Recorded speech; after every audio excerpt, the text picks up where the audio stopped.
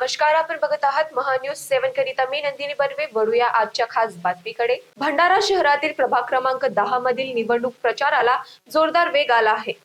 भाजपा उमेदवार राजकुमार व्यास, महिला उमेदवार प्रीती ब्राह्मणकर आणि नगराध्यक्ष पदाचे उमेदवार मधुरा मदनकर यांच्या समर्थनार्थ आमदार डॉक्टर परिणय फुके यांनी सभा घेतली. सभेला संबोधित करताना डॉक्टर फुके यांनी सांगितले की जर नगर परिषदेत भाजप सत्ता आली तर फक्त 3 महिन्यात ठोस विकास कामे करून दाखवू. प्रभाग 10 मध्ये माजी नगरसेवक राजू व्यास यांच्या कार्यकाळात जलद गतीने विकास झाला होता आणि याच विकासाची गती पुन्हा वाढावी म्हणून भाजपाच्या उमेदवारांना विजयी करा असे आवाहन त्यांनी उपस्थितांना केले आहे. ये संपूर्ण भंडारा शहर में रहेगा. पट्टे वाटप करने का काम संपूर्ण महाराष्ट्र में करने का बावनकुळे साहब ने जीआर निकाला हुआ है. भंडारा शहर में अगले 1 साल में 100% लोगों को पट्टा भी मिलेगा और जिनके पक्के घर है, जिनके घर पहले से बने हुए, उन सबको आखिर पत्रिका भी मिलेंगी. ये काम बावनकुळे साहब अगले 1 साल में करने वाला है, ऐसा वचन बावनकुळे साहब ने दिया हुआ है और संपूर्ण महाराष्ट्र में होने वाला है. प्रभाग क्रमांक 10 में प्रत्यक्ष महिला भी है और राजू भाई भी बड़े विकास हुए और विकास की गंगा यहाँ पे बहने वाली है भाजपा की तरफ से. 100% राजू भैया व्यास ने जिस प्रकार से इस वार्ड में विकास किया, उनको साथ देने के लिए हमारी प्रीतिताई ब्राह्मणकर भी उनके साथ में कंधे से कंधा मिला के वार्ड में काम करने वाले और ये वार्ड को हम भंडारा शहर का नंबर 1 का वार्ड करेंगे. आप तीनों को हमारे नगराध्यक्ष के उम्मीदवार को चुन के दिए तो हम ये वार्ड का चेहरा मोहरा बदल देंगे. विधायक साहब ने आज स्टेटमेंट दिया है कि जो अश्विनी ताई है, आप बहन भाई का रिश्ता है.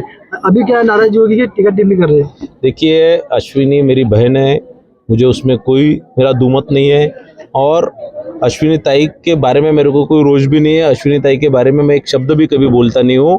पर जिस प्रकार से नगर परिषद में पिछले 4 साल से भ्रष्टाचार में बोंडेकर जी का कुछ हाथ है ऐसा मुझे पता चला, उस दिन से मैं उन पर टीका कर रहा हूँ.